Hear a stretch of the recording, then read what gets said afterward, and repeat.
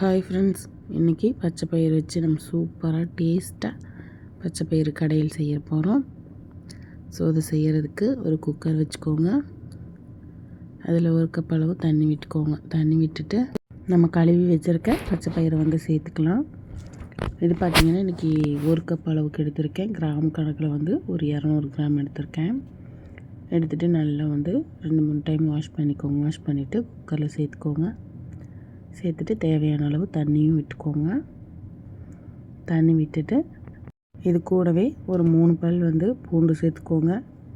பருப்பு இன்றைக்கி 200 கிராம் எடுத்துருக்கனால நான் பூண்டு 3 தான் போட்டிருக்கேன். உங்களுக்கு வேணும்னா இன்னும் 2 சேர்த்து போட்டுக்கோங்க. சேர்த்துட்டு இது கூடவே ஒரு டீஸ்பூன் சீரகம் சேர்த்துக்கோங்க. சேர்த்துட்டு கூடவே தக்காளி சேர்த்துக்கோங்க. தக்காளி நல்லா பழமாக பார்த்து 2 தக்காளி இது போல் நீல வாக்கில் கட் பண்ணிவிட்டு சேர்த்துக்கோங்க. ஸோ முழுசாக சேர்த்தோம் அப்படின்னா முழுசாக இருக்க மாதிரி இருக்கும். கடையும் பொழுது நல்லா கடைப்படாது. தேவையான அளவு தண்ணி விட்டு கூடவே காரத்துக்காக ஒரு 4-5 காஞ்ச மிளகாய் சேர்த்துக்கோங்க. உங்கள் காரத்துக்கு தகுந்த போல் நீங்கள் சேர்த்துக்கோங்க. சேர்த்துட்டு மூடி போட்டு ஒரு 3 விசில் விட்டுக்கோங்க.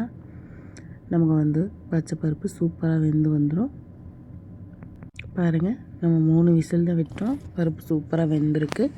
இந்த பருப்பில் தண்ணி இருக்கும். தண்ணி தனியாக வடிச்சிட்டு அதுக்கப்புறம் நீங்கள் இந்த பச்சை பயிரை கடைஞ்சி எடுத்து வச்சுக்கோங்க.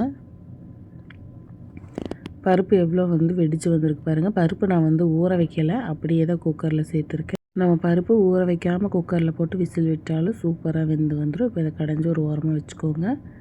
அடுத்து ஒரு மண்பானை வச்சுக்கோங்க. மண்பானை வச்சுட்டு பானை லேசாக ஹீட் ஆனதும் நார்மலாக வீட்டில் சமைக்கிற சமையலைன்னா ஒரு 4 டீஸ்பூன் சேர்த்துக்கோங்க. சேர்த்துட்டு எண்ணெய் நல்லா ஹீட் ஆனதும் ஒரு டீஸ்பூன் அளவுக்கு கடுகு உளுத்தம் பருப்பு சேர்த்துக்கோங்க.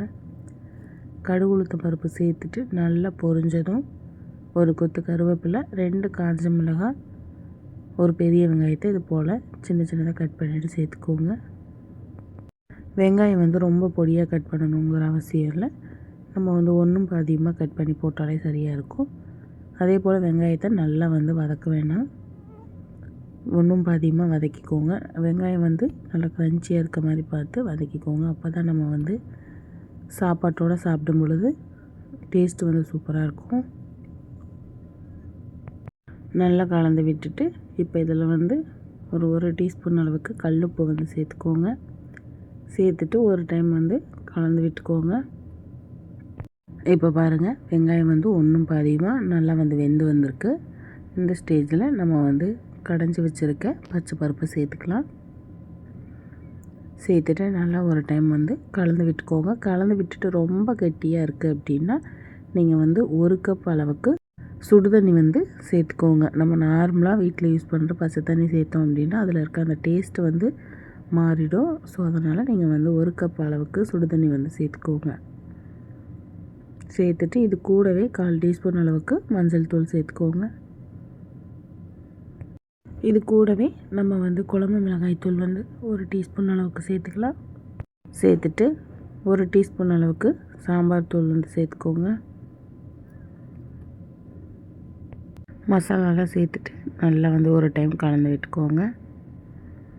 இந்த மசாலாலாம் ஒன்றோட ஒன்று கட்டி பிடிக்காமல் நல்லா மிக்ஸ் ஆகிறது போல் நல்லா கலந்து விடுங்க. நல்லா கலந்து விட்டுட்டு இப்போ இதை மூடி போட்டு ஒரு 5 நிமிஷம் ஹை ஃப்ளேமில் வச்சு கொதிக்க விடுங்க. நமக்கு நல்லா கொதித்து வந்துடும். உங்களுக்கு பார்க்கும் பொழுதே தெரியும் நல்லா கொதிச்சிட்ருக்கு. இப்போ நல்லா கலந்து விட்டுட்டு மூடி போட்டு ஒரு 2 நிமிஷம் நல்லா லோ ஃப்ளேமில் வச்சுக்கோங்க.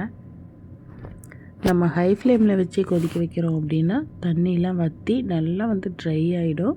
ஸோ அதனால தான் நல்லா கொதித்த உடனே நம்ம சிம்மில் வச்சு ஒரு 2 நிமிஷம் கொதிக்க விடுறோம்.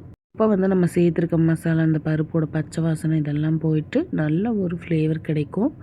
ஸோ எப்போ நீங்கள் சமைச்சாலும் ஹை ஃப்ளேமில் வச்சு சமைச்சதுக்கப்புறம் ஒரு 2 to 3 நிமிஷம் நீங்கள் லோ ஃப்ளேமில் வச்சு குக் பண்ணுங்கள்.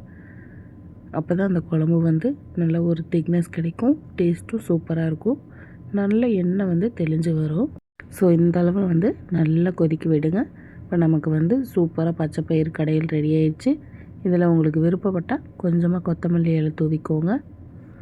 தூவிட்டு மத்தியானம் சாப்பாட்டுக்கு சூடான சாதத்தோடு நீங்கள் வச்சு ஒரு டீஸ்பூன் அளவுக்கு நெய் ஊற்றி நீங்கள் சர்வ் பண்ணுங்கள்.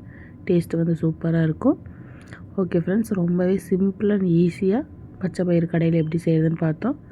இந்த வீடியோ உங்களுக்கு பிடிச்சிருக்குன்னு நினைக்கிறேன். வீடியோ பிடிச்சிருந்தால் லைக் பண்ணி ஷேர் பண்ணிவிட்டு கமெண்ட் பண்ணுங்கள். அண்ட் மறக்காமல் நம்ம சேனலை சப்ஸ்கிரைப் பண்ணி பக்கத்தில் இருக்க பெல் ஐக்கானை கிளிக் பண்ணி வச்சுக்கோங்க. அப்போ தான் நான் அடுத்தடுத்து போடுற வீடியோ உங்களுக்கு நோட்டிஃபை ஆகும். ஓகே ஃப்ரெண்ட்ஸ், அடுத்த வீடியோவில் பார்க்கலாம்.